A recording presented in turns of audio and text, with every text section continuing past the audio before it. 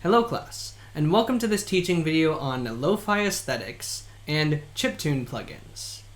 Before we get into the Ableton Live 11 demonstration portion, I just wanted to talk a little bit at the broad overview about lo-fi aesthetics and chiptune, sort of introduce our concepts for this week.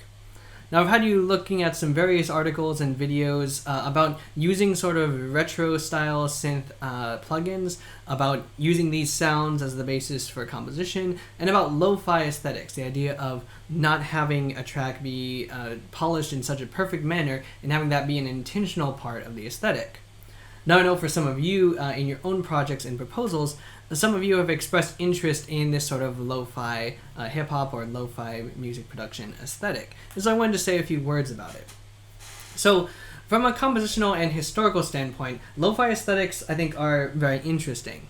First of all, from a historical standpoint, we saw this trajectory towards trying to get better and better fidelity on audio formats, going from the old records to the vinyls and LPs, and then to cassette tape and to CD. There's always sort of a discussion ongoing about quality. And in fact, there are some audiophiles, that is AUDIOPHILES, the lovers of audio, who are like high fidelity audio only people. Some of you might describe as that as well.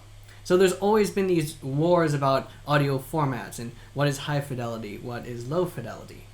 So in that context, I found the turn to lo-fi aesthetics and sort of that rise back with chiptune in the 80s, as well as lo-fi hip-hop coming around in the 2000s, and just sort of this general fascination with going retro and doing things in a low production value way to be very interesting. One of my personal favorite bands, the Yellow Magic Orchestra, has an example called Computer Games, where they use the sounds of arcade machine cabs as the basis of their electronic compositions, their sort of techie track.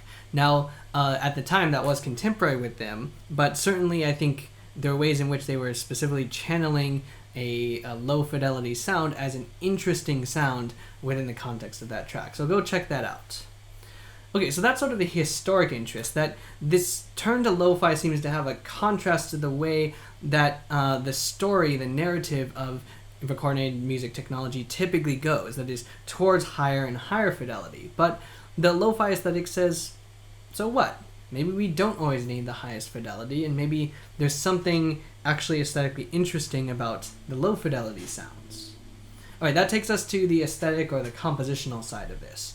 So this semester, we've been learning more and more how to create a polished session, how to use Ableton to polish our tracks in a way that hides imperfections, that corrects mistakes. We have quantizing, we have corrections of velocity in MIDI, we have crossfading, and we have EQ, all these different ways to just sort of smooth out the overall presentation of the track, right? Well, lo-fi aesthetics from a compositional standpoint kind of looks at that and gives it the stiff arm, says, maybe I don't need you. Maybe I don't need all this effort into automating my virtual instruments to try to sound more human, if instead we just embrace that aesthetic as something that we intentionally want to celebrate and to elevate. So that's kind of the concept of lo-fi aesthetic. So if you think about lo-fi hip-hop, for example, it's like other hip-hop that you might listen to, but instead of being so regular and repetitive, even mechanical, being on the grid, you'll notice a lot of it is played in live with MIDI. A lot of it might be just played in as a region and then looped live and not corrected in real time, just sort of left to be what it is, having sort of performed it in once. And especially in the parameter of rhythm and of time, you'll start to hear things that are all maybe just a little bit out of sync with each other. Or maybe you'll hear a wrong note that stays in the loop and it just sort of becomes part of the texture, or some little note rub that's not quite right. So if you listen to some of these lo-fi artists, like the Lo-Fi Girl channel on YouTube, you'll start to notice there are a lot of these hallmarks, just those little things which we might be learning to eliminate in our digital audio workstation, that actually they will leave visible, leave apparent in the final product as part of this aesthetic. And that means maybe not all their samples are cross-faded in and out. Maybe they have tempo changes that are more abrupt and sudden. Maybe their MIDI notes are not all quite in the right place or having the right velocity. You name it. In other words, there's just more roughness to the overall production value in what would often be considered to be a lower production value. But as one of the articles I had you read points out, a lot of the earlier studio recorded, like rock and Motown and British Invasion, pop, and things like that, also had these hallmarks that they were maybe recorded to get the record out in a rush and didn't have time to fully polish things like they might if they had weeks of recording sessions and a lot of mastering time. Just had to record the song and get it out there. Okay, so how does this all affect us? Well, first I want to say that embracing a lo-fi aesthetic is not an excuse for not knowing how to use a DAW or how to smooth things out, some of these rough edges in a digital audio workstation. It's a conscious choice of saying these are the kinds of imperfections that I'm going to value and to showcase in my final product. So let me give an example. It's hard to exactly put into words, but when I'm listening to your projects that you've submitted throughout the semester, I can usually tell when someone just hasn't quantized something or just hasn't lined it up with the grid with, maybe a drum and a bass part that just aren't in sync, like they aren't lining up in the right way every so many measures, or the beats are being off, versus having an intentional aesthetic of lo-fi where you maybe have a layer and another layer and they're basically in the same time moving, syncing up every 4 measures or every measure, but some of their beats are just a little bit off, like you had live players sitting on stage that naturally have human variations in everything they do, moments where the band is not completely in sync with each other. So I think that's a major difference, and it's a classic example of this dictum: you have to know the rules first in order to break them. So these lo-fi producers like Lo-Fi Girl and other people in the lo-fi hip-hop genre, they know how to quantize, or they know how to crossfade and to fix these rough edges. They're just choosing not to for the sake of a different aesthetic, right? So it's not an excuse for either not putting the work in or not knowing how to do these things if you wanted to in the digital audio workstation. So then, what does a lo-fi aesthetic do for us? Well, I think several things. One, it allows us to sort of have a return to simplicity, right? So a sense that, yes, you can have the most complex, high-produced albums like a Kendrick Lamar or a Beyonce's new album, all these different things, but maybe, especially for the purposes of a streaming channel like the Lo-Fi Girl channel, it's enough to just be stripped back and have sort of a drum machine type beat and just little synth pads over the top with a light vocalization. So your compositional materials can be very stripped down. Second of all, maybe people are shelling out to try to get the best sample or the best sounding drum machine, or record a sample of a drummer and then warp that, do all this effort, versus someone from a lo-fi aesthetic that might say, let's just take the sounds of an 808 drum machine, and as sort of garage bandy as that sounds, like as low quality as it sounds, we're just going to use the sounds of an 808 and sort of make an homage to that. That was something that Kanye West did, for example. So then you're intentionally using a more stripped down, simple, even primitive sound to fuel your compositions. And I'll show you an example of that in just a bit. The other aspect that's relevant to us as producers is to say maybe some of those rough edges are desirable things, whether it be that randomness, the little bit of rhythmic desync, or even somewhat wrong notes or little ghost notes in your MIDI performance, to not crossfading things in and out, so it maybe sounds like it has a little bit of a pop, or if something is compressed or raised in the gain so much that it has little points of clipping or distortion, maybe that's part of what the lo-fi aesthetic will embrace and say, hey, we'd like showing our rough edges. It's not something that we have to polish away and sound as smooth as like a Taylor Swift album song. So those are some points where I think compositionally a lo-fi aesthetic can inform us and help our own creative process. Alright, so for the remainder of this teaching video, I'm going to showcase how to get a particular subset of retro lo-fi sounds into your digital audio workstation to be able to start using them, to be able to pull them in perhaps to your final project, as I hope they'll be as productive to your creative work as they have been to mine. So I'm going to switch over now to my screen capture, and first we're going to talk about where to find these plugins and how to add them in to Ableton Live. All right, so I've transitioned over now into the screen capture. So the first thing I wanted to do is showcase where to find these particular plugins. And specifically what I'm going to be showing is plugins that emulate the sound cards of video game consoles, early video game consoles that produced all their sounds in the box. Instead of uploading recordings or OGs or MP3s to the game, instead they just had a sound card that would synthesize the sounds, much as the wavetable does. So if you go to socalabs.com, SOCA labs.com, and then go to plugins, you'll find the different video game console plugins they have available. Commodore 64, the NES, Nintendo Entertainment System, the Game Boy, the Papu, which I'm going to be showing today, Sega's sound card, and a range of different effects and analysis tools that you can download as well. So if you go to this tab, Soca Labs and Plugins, and you go to the bottom, download all plugins, Windows, Mac, or Linux, you'll get a folder that has all these plugins contained within. So now the question is, how do we take those plugins and load them into Ableton? All right, now if you Google on Ableton's knowledge base, using AU and VST plugins on a Mac, or using VST plugins on Windows, you'll find details articles that will help you to do this. Basically, the process is like this. We're going to take the download that we just got with the various plugins that from Soca Labs, and we're going to move it into our system's VST folder. So for example, I'm just going to go ahead and pull up an example in my Finder of my downloads folder. I got one that said All Mac, and you'll notice each of the sets of Soca Labs VSTs is put in a folder here, one that says AU, one that says VST, and one that says VST3. Well, so where do these go? This is where you refer to the knowledge base article.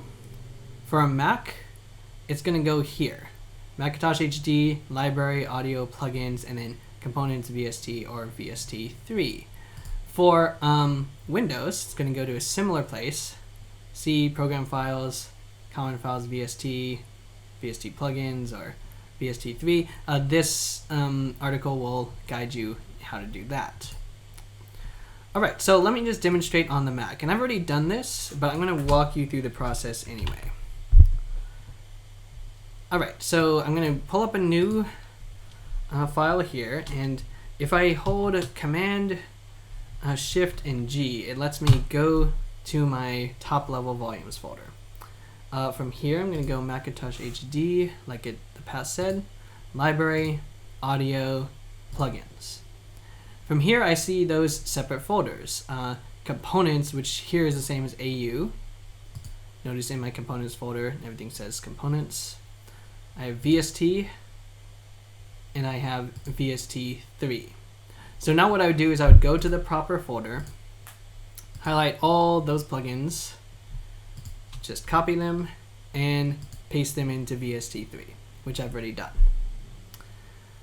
Okay, and then you do that for the VST and the AU, although VST3 is all that I need to use at this moment. Alright, but let's talk about what to do on Ableton's end once you get those plugins into the folder. Alright, I've now opened up an Ableton Live 11 session. To get the plugins that we just downloaded into Ableton, what we'll do is go to, for the Mac, Live Preferences. These are probably something like File Preferences in Windows. We'll open up our preferences and go down to Plugins. Alright, now once we go to Plugins, we're going to click Use VST Plugin System Folders. Now, VST3s are the most recent type of VST, so while you might have legacy items that need the other ones, I'm just going to use VST3 for now to load those in. They're the highest quality, highest bit depth plugins, the version of the plugins here. Okay, so you hit on for Use VST Plugin Systems Folders. Now you'll notice that when I hover over this toggle, in the bottom left, it says the VST3 plugins are automatically going to be installed in this directory, Library, Audio, Plugins, VST3. This is where we have pasted our items. So when I turned on this, this setting, it automatically started scanning that folder to bring in any VST3 instruments that it found there. And that's what it did. it scanned it, and then after, I don't know, let's say 10 minutes or so, it had scanned all the components I had in there, and they were then usable in Ableton Live. If you're having trouble with this, you could try doing the custom folder and specifying where that should go. So you'll hit browse and it will open up a drop down where you'll say, hey, this is the folder that you should be paying attention to. Mine doesn't need to do that. And if it's still giving you trouble, you can hit rescan and it will look at those folders again to try to pick up the correct plugins. All right, but now where do you find it once you've gone into there? Well, you'll find it in the left sidebar in plugins. And you'll notice for me, I have some various external plugin makers here, and Soka Labs is one of them. So by going and hit this drop down, you see all the plugins that we just downloaded from the site. So it's as simple as that to add in plugins. You just need to find the correct folder, in this case VST3, and drop those plugins in. All right, but I didn't just want to show you how to add plugins, but also how to use these particular ones, or at least one of them, to get a more retro sound into your music.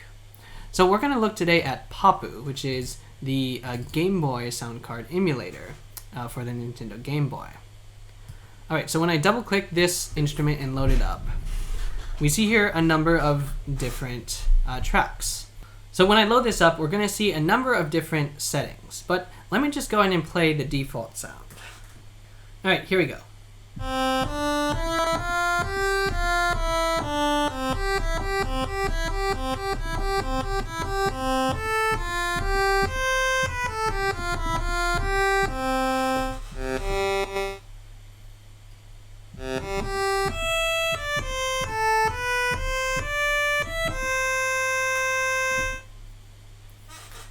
Alright, so already that gets us sort of the sound of a Game Boy, of this retro video game feel, just through this one plugin. And I know people who have composed entire pieces, entire game scores, just using this default sound. But there's much, much more we can do with this plugin, even more than I can show in this particular video. So first of all, the Game Boy sound card has multiple channels. It has a pulse wave, and a noise channel. So we have two pulse wave channels here, and right now only one of them is on.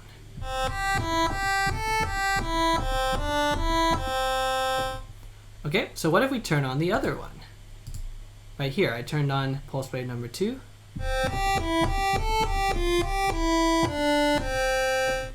You'll notice it changed the timbre somewhat because now we have two waves going at the same time.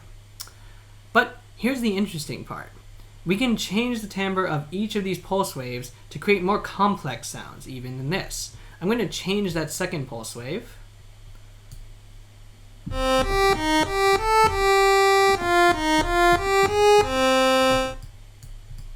Change it again.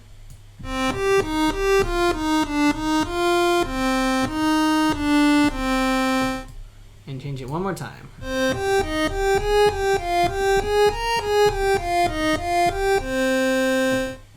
Notice how each of those is changing the sound quite a bit.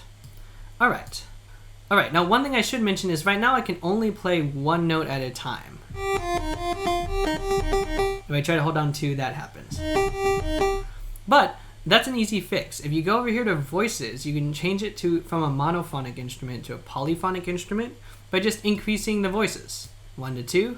Now I can have 2 going at once. 3, 4, 5.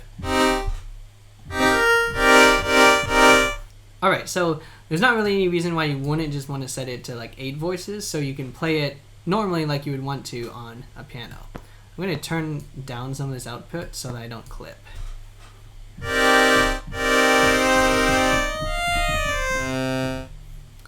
Alright, so that's polyphonic right there. Now, here's something else that's cool. You can turn on and off the left and right channels. So what if we're only sending one of the waves to one speaker and one of the waves to the other? The first one to the right, second one to the left.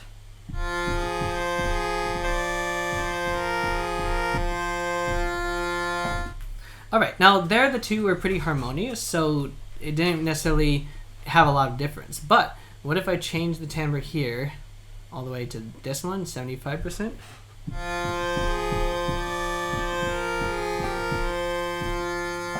All right, now that has a bigger difference between the right and left speaker. One of them is driving entirely one sound, and one is driving entirely the other. Now I can share one of those things that's really neat about this. We can customize the attack of each channel. Here, there's a short attack, but you can also make it instant. So from 0.2 milliseconds, it's from 0.2 seconds to instantaneous. So let's just hear what that sounds like. There's really no build up in sound. It's just instantaneous, right? What if we put that on and split the channels again, but let's put it on with something that has a more moderate attack.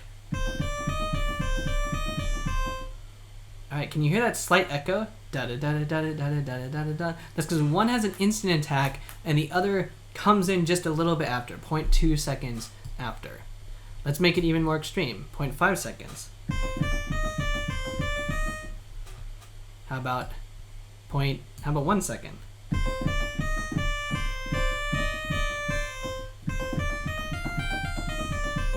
So now you're hearing more of a delay, right?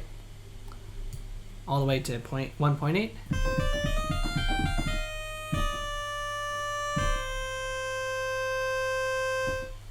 All right, so it's going to take time for the second wave to fully catch up to the first one because of that offset.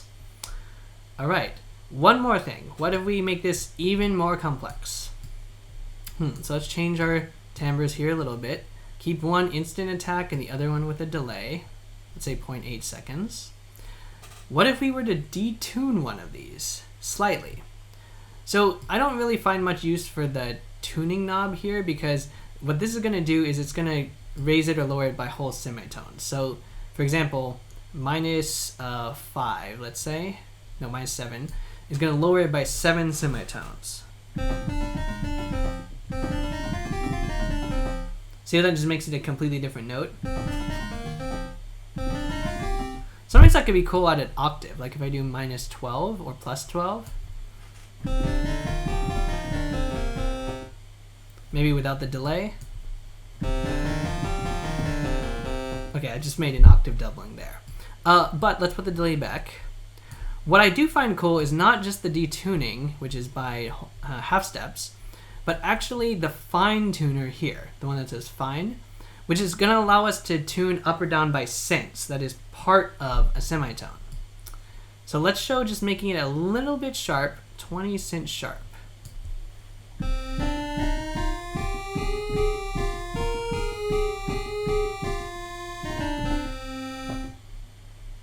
All right, so there's our complex sound wave. Now we have, coming out of the right channel, a different sound wave that has a slight delay, 0.8 seconds, and it's slightly detuned. It's 20 cents up. Let me make this more dramatic so you can see what it's doing. Let's do 50 cents up. It's going to be a quarter tone.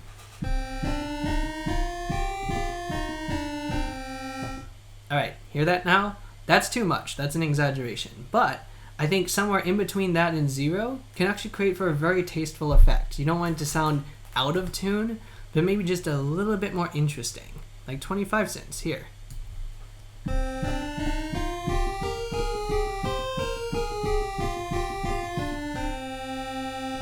See how that little bit of detuning has made that that waveform more interesting and given it, I think, even more of a retro sound than it had before. Let's try doing, let's say, 25 cents under.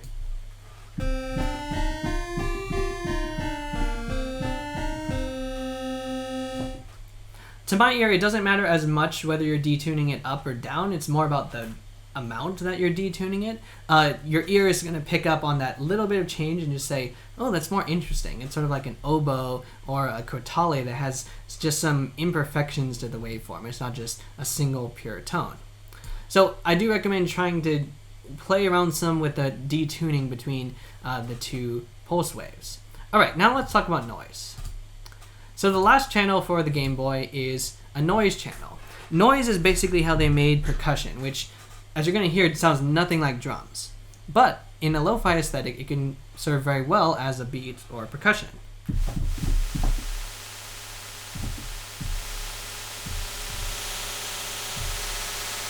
Okay, so that's literally the noise channel. It just makes noise.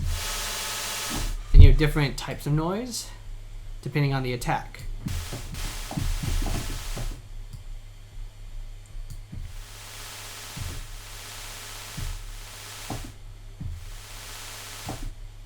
Alright, so you might be saying, how is that percussion? It doesn't really sound like percussion.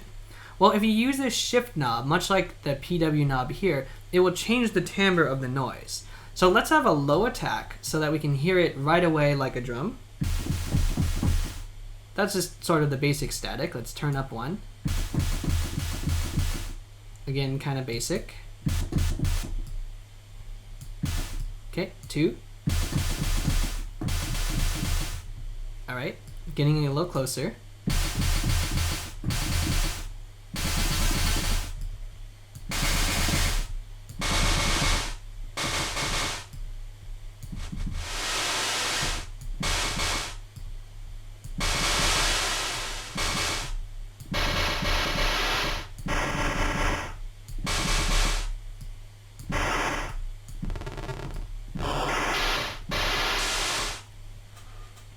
Alright, and as you just change this knob, you'll start to hear how you get different sounds of noise.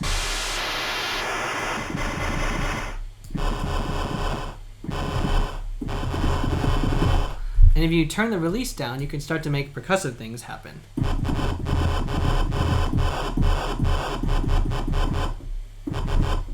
Or even. The ratio also affects this sound. So there you can hear the ratio taking it down quite a bit, but if we go ahead and move it back up a little bit, the ratio can make the sound more percussive.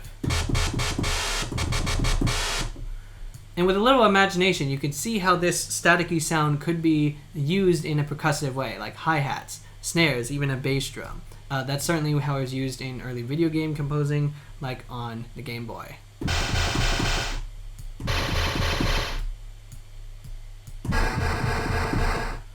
So like with so many plugins and things with virtual instruments, it's just going to be playing around with the settings until you find that exact right sound that you like. And as you've seen, it can lend sort of a lo-fi retro aesthetic to tracks, which some of you have expressed interest in, like creating things that are influenced by video game soundtracks. I think these plugins would be perfect for that job. And as I hope you've seen, the potential in combining these two pulse waves and modulating them with tuning or with release time or the timbre, playing around with which is in which channel, left or right, is actually very high. You can do a lot with just this one plugin. And that's what I hope to prove by composing a piece in it entirely using this plugin in the future. Alright, that'll bring our demonstration video to a close. Having looked at lo-fi aesthetics and when to use it, how to make use of that aesthetic should we choose, chiptune and the rise of using video game consoles as a sound source for composition, and looking at these fascinating Soka Labs plugins, especially that Papu Game Boy plugin that has so much potential for adopting a sort of lo-fi aesthetic. Just imagine that in the context of other kinds of beats, other kinds of sounds and samples, or even just sampling the sound itself and seeing what you can do with it. There's a lot of potential there. So with that, I think that'll be our last teaching video for the semester. So I'll just go ahead and sign off and say thank you for being a great part of this course. I hope you learned a lot. I certainly am blown away by listening to your early compositions, and I look forward to hearing your final projects. So I'll go ahead and sign off and say bye-bye one last time. Professor Yi signing off.